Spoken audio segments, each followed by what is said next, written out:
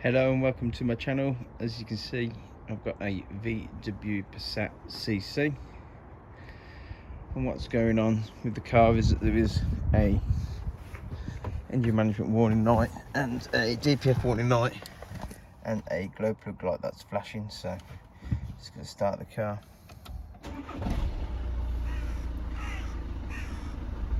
So they're the warning lights that have been experienced on this vehicle. So I have done a diagnostic scan. I'm just going to show you what's going on. So I have driven this car and there's a major lack of power, so there's no turbo boost at all. Very flat. Finds it hard to go above 20 miles an hour. Customer has, or the owner has told me that he had his DPF cleaned just 2 months ago by a DPF company, as he did experience these lights coming on before. They did go off for a few weeks, but they came straight back on. So let's see what's going on. So a diagnostic scan was done on the car, and what it was saying is that the DPF filter is clogged. So which hence I suspected that would be the case, as I've driven the car, like I say, very flat, no power whatsoever, so they just can't get the exhaust gases through this filter. And having a look, as you can see here, the soot mass calculated is at 60 grams, so this is well out of spec, and the soot mass measured is 50.63 grams. So again, these values are just too high to allow a regeneration of the Volkswagen system. So I have looked into it, and as you can see, I have made some notes, and it says the forced regen, so at standstill, can be done if the measured and calculated soot is at 30 to 40 grams. So as you can see at the values that we've just looked at, they'd be way too high. And again, a force while driving can be done from 40 to 45 grams. So as you can see, these specs are just well out. So what we're going to do is I'm going to take the DPF off, and what I'm going to do is I'm going to use this cleaner here. I've not used this before, so this is my first time trying this product out, and then I'm just going to see what happens. We're going to go through the procedure of getting the filter off, and then we'll see if we can get these values down, and then if we can, what the car drives like afterwards, and then see if we can do the force regen. If you want to see, then just going back, so looking at the fault data, this is the fault that we get into the particulate filter restriction soot accumulation bank 1. So I have looked in the car as well, and someone has replaced the sensor before, so I'm guessing they thought potentially was a sensor issue that was causing the fault. So the sensors are underneath here, so I'd need to unclip this, so but we'll have a look at that as we strip it down. So we'll get into it and let's see what happens. So the first thing I did was I jacked up the car. So how I did that was on the little part of the sill. So I jacked it up on the sill there. I put an extra stand in the centre here, so underneath the arm. Then put the jack on the subframe. I jacked up the whole car. Then I put the actual stands on the side on both sills, as you can see there. And then I put a secondary set as a backup, just a bit further down. So always advisable to have 2 sets. Safety is the most important thing when you're underneath the vehicle. So looking underneath the car, then we're left with an under tray. So to get this off, gonna need to undo these T bolts that go all the way around.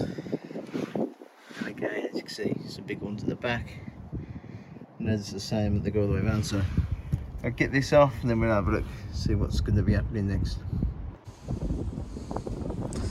So the under tray has now been removed, and so if we have a look underneath here at the back, as you can see, then here is a DPF filter. So looking underneath, as you can see, a bit of a tight spot. So but a couple of things that we're going to have to do then.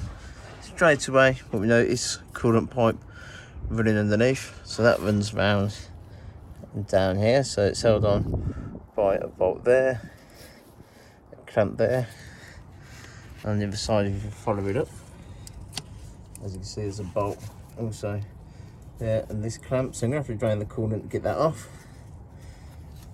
Looking here as well, underneath, it's a low pressure EGR, so you wouldn't want to fill this up with loads of liquid trying to clean this out, because all you're going to do then is fill up the low pressure EGR. start the car, it's going to suck it in, then you've got a problem. As well is the drive shaft, which have to come off as well. So you see a few bolts here.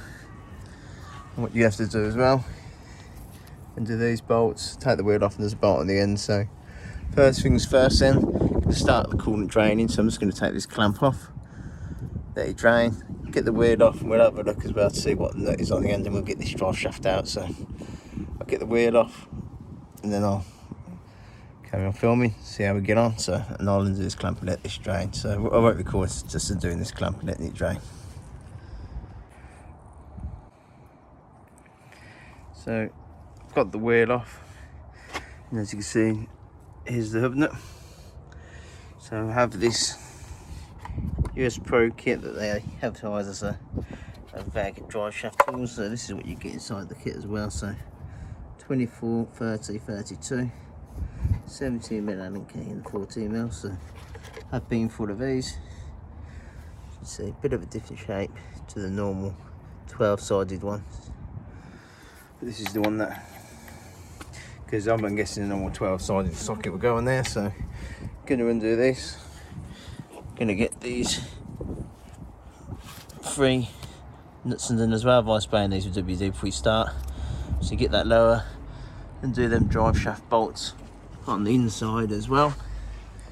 So as you can drain the coolant now as well. I'm just going to undo all these bolts all the way around, and then the drive shaft will come out. So as you can see now, drive shaft has all been removed. So what we're going to do now is get this one coolant pipe off. So that clamp's already off. So we've got the bolt there. Obviously we've got the pipe. I've sprayed everything up as well now with WD-40. So all of these clamps, as you can see there, sprayed them all up, let that WD soak in, hopefully make life a bit easier. Got to undo this clamp as well, that bolt up there.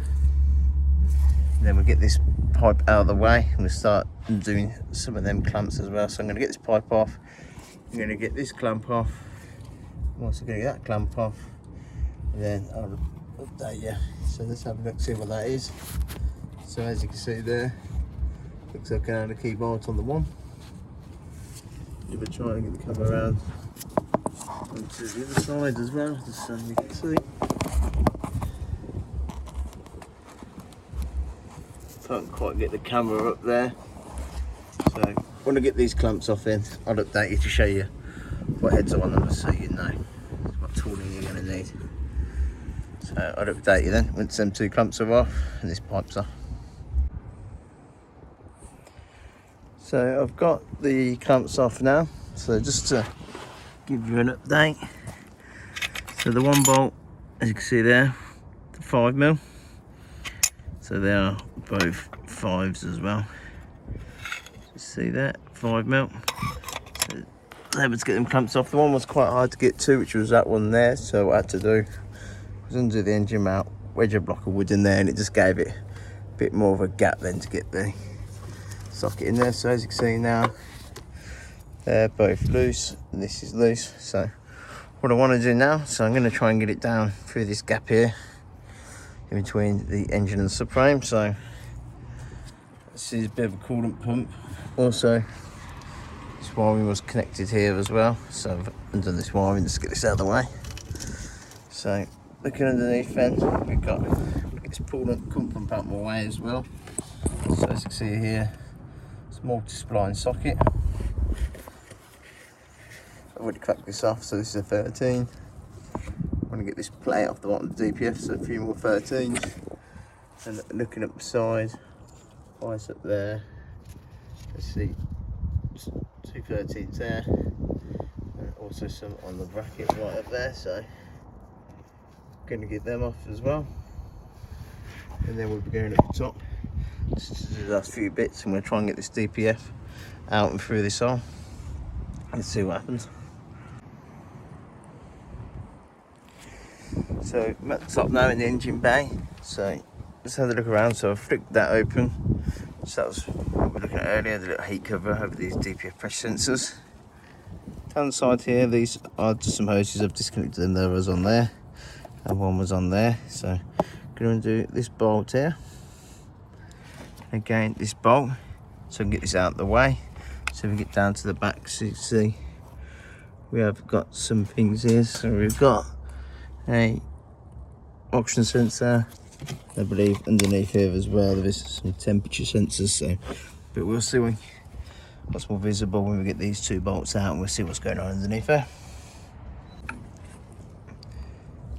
So we've got that bracket out the way now. So once under them, they just pushed out the way, and as you can see underneath here, we do have some temperature sensors. So I've sprayed them on. We've got the oxygen sensor as well. So spray some WD on them, and then we've got this clamp around the back, which is the same as the other one. I'm going to get these all out, so I'm just going to get a spanner on these, crack them off, and then hopefully you should be able to just drop the DPF straight out of the bottom. So you take the oxygen sensor out as well, and take the clamp off.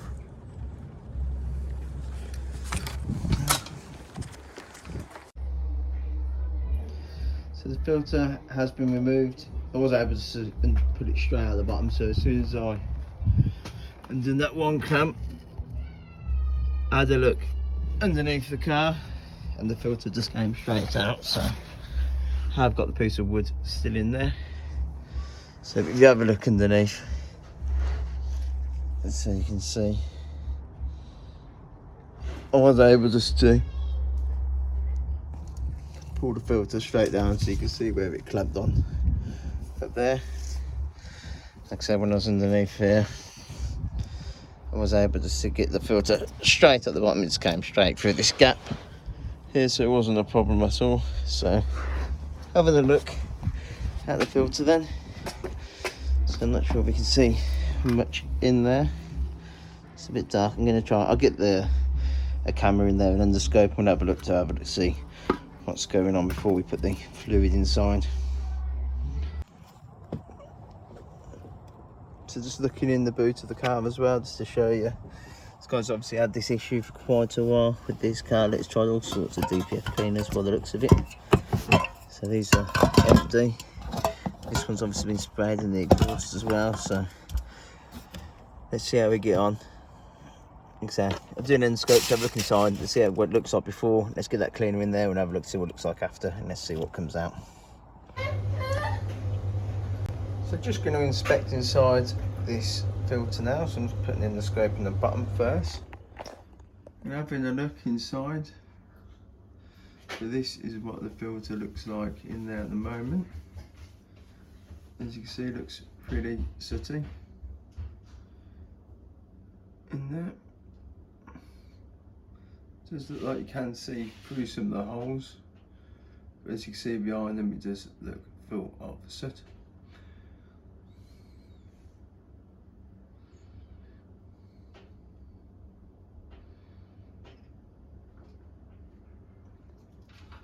In the top there, so as we go in there, let's see all it shows you is part of the filter itself as it goes in. If we look through where the hole is at the top into where it is, typical, the battery just died. So we're looking inside here, and you can see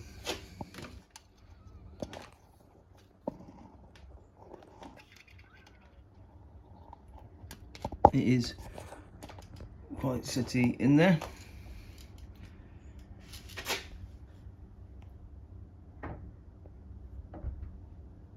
See, it's all clogged up around the sides there. You can't see for the side, so we'll put all the cleaner in there then. As you can see down there, this filter is all clogged up quite badly. It's had some cleaners put through it, but that'll be very successful, so we try new one. So let's have a look what it looks like after we put the product in. Just going to show you what to do then to put the product in as well. So following the instructions of the DPF cleaner, it does give two options. So one of them is to clean it in the standing upright position and then just fill it up, and the other one then is to put it inside a container for this immerse. So I have got a container, but it isn't big enough, but as you can see, what I'm going to do is I'm going to try and stand it up. I've blocked off all of these ends with some rubber bungs. So then I'm going to fill this DPF up and then I'm going to leave it to soak. So like I say, I advise putting it in the bucket when you do this, because if these are leaking, you don't want to just lose all your fluid straight away. So let's see how we get on. So I've got all the fluid in there now, so this is the best I can get it. So kept leaking fluid out of here, so but I've managed to get it all full. So as you see, I've had to block off a couple of other parts with some latex gloves, and just to show you. As you can see, just by squeezing that, see the fluids are right up here at the top. So we'll leave that then for 24 hours and then we'll drain it out. You can see already where some of it's come out. Look at the state of it. It's fully black and sooted, so looks like this is a good product hopefully, but we'll see what the end results are. So I've got Byron's DPF off, so I've got all the stuff in there. You see, I've had to block it off with a few bungs, mate. But I've got it all in there. That we're going to squeeze this. You see the fluids are right up here. You can even see where some of it's spilled out. And look how black it is and stuff that has come out straight away. As you can see, it's just eats into the stuff that's in there. Like I say, it's full now. See that? Right up to the top. So let's hope let's get some good results out of this product. This is one that I use for car DPF cleaning. So I just thought I'd show you, just in case you was interested. So it's been in there now for the time that it said, which was, when I had a look, was actually 8 hours. So I did the 8 hour time, so I'm just going to take this off now to see what it's like. So let's just try and get these. Let's see what the food looks like when it comes out. As you can see, it's completely black. Look at the stuff that's in there. I mean, it was dripping out before I put it, because it wasn't quite sealed all the way. But as you can see from the state of this, all of that is completely black. So looking in there, so it looks like there's some bits in there as well, some fluid. So I'm going to move this around. I'm going to leave it for a little bit. Like I said, just take it to wash it out with water and then pressurise it as well. So we'll do that to make sure we get all the fluid out. So I'll get on with that. We'll see what happens when we get it back on the car, look at some actual values, see if this has worked.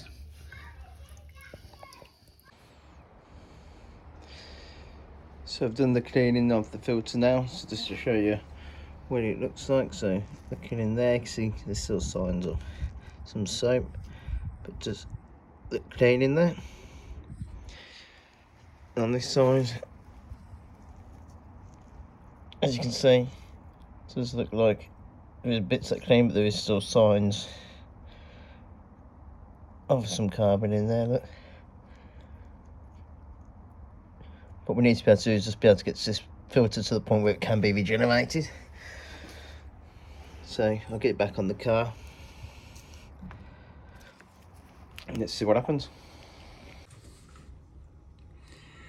So a bit of an update now on the VW Passat. I did wash the DPF out with water and I blew it out with air. So as you can see, there was bits of blacks at the top, so I hung it the other way and then I did the same procedure again. From that point then I did put it back on the car and I did reset the adaptation values, and then I was running the car idle, and then the value was about 17 millibars, so it should be 10 millibars, so it's still a little bit above what it should be, but the glow plug flashing light all went off and the DPF light went off and the fault memory was cleared until I drove the car. When I drove the car though, I did get some faults that came up. So normally there is always an issue that's caused a DPF to block up. So once you've resolved that problem, then you get onto another problem. So as you can see here, throttle actuator stuck, so it's saying it's stuck open. So have got a replacement one now. So as you can see here, so this is the replacement.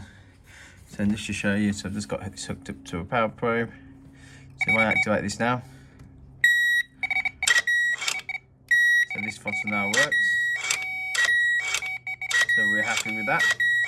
So I'll just show you the one that came off the car. So and just to show anybody that may be looking at his pins, I'm not sure if you're gonna be able to get in there, but it is pins 4 and 5. So just in there for this circuit. So just gonna do that, and then wanted to show you that it wasn't working. So this is just one way you can test the throttle as well. So we're in pins 4 and 5 again, as you can see. So this is the throttle now, and this is it. Before, as soon as I touched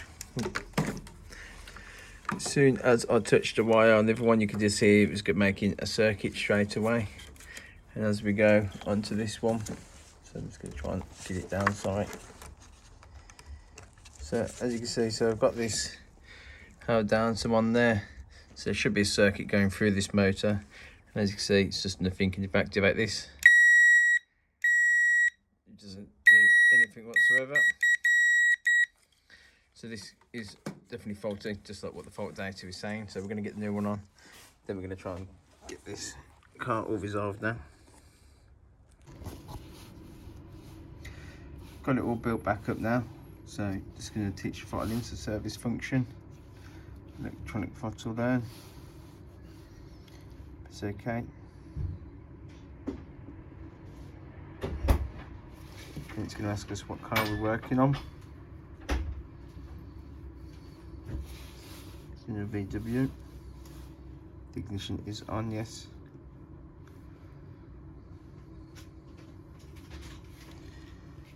It's going to give us a few set points. The ignition's on, the engine's off, the voltage is above 11.5 volts, which it is. No fault codes in the control unit, accelerator must not be pressed, all electric consumers must be off, and the coolant must be 10 degrees, so it is pretty cold out here today, so it is less than that, but we'll see how we get on. So read fault codes, air masses, the sensor disconnected, I've connected it now. Clear the fault codes cleared, read DTCs, yes. No fault codes, okay. Okay.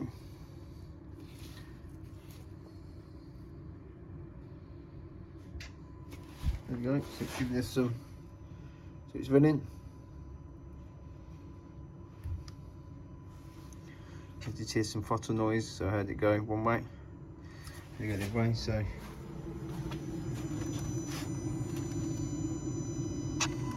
As you can hear there, so the throttle is just here. So we are hearing activation take place now. So it is teaching the throttle in. So it is running.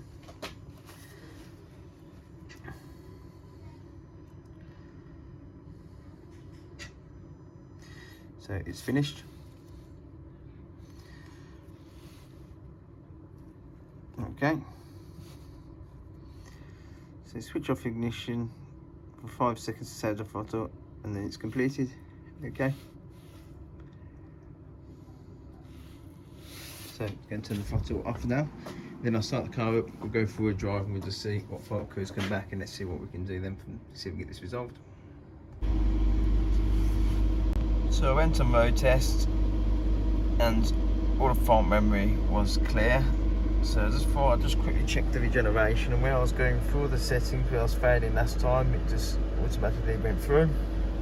As you can see, it is currently holding the revs up, and its regeneration is, there's no other lights flashing, it's just that one, that DPF light is on.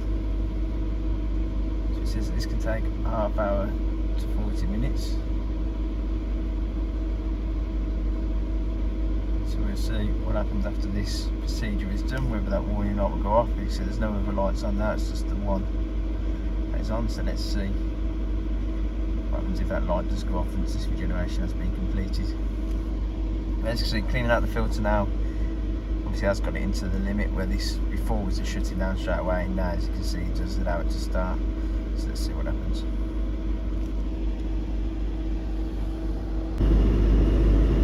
So this procedure is still running, it still shows the same thing on the screen. went out. So that's great, that is. So the light's gone off now. The DPF warning as well.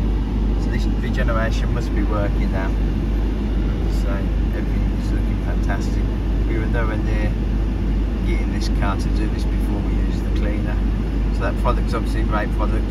I did flush it through twice, so it did take a lot of rinsing through the water and the air, so it's something just to bear in mind. So you are going to need something to be able to compress the air, and also you are going to need somewhere where you can wash it out. So, but I'll do one final road test after this, but just to show you that light has gone off, the blinking light's gone out, all the warning lights are off, so everything's looking great.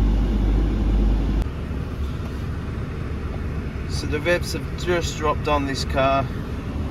So as you can see, it has come in message. The service regeneration was successfully carried out, so that's fantastic. Customer's going to be over the moon with this. Really happy with that for him. Like I say, it's had an ongoing issue. Had a few people out looking at this trying to resolve this problem. Obviously that's been able to get it quite resolved, so happy days. So like I said, we will do one last final road test, full memory check, then this is all good to go. Just a bit of information as well to look at. So as you can see here, the particulate filter calculated now is about 2.37. So I think when I first put this filter back and I took it around the block, I believe this was about 21. So after the regen, as you can see, it has brought that right down. Pressure is -12. There is no back pressure in the filter before. So when I first took the filter on, I believe it was 17. So I did take it for a small drive as well. And after I started to drive it, I did have a quick look at this before I started the regeneration. That had dropped down to 10. So but as you can see now, 0, so that is fantastic. And particulate filter oil, 1 gram. So that's like next to nothing. So, and the pressure sensor, let's just give the voltage reading there. So but as you can see, everything is looking great now. No back pressure.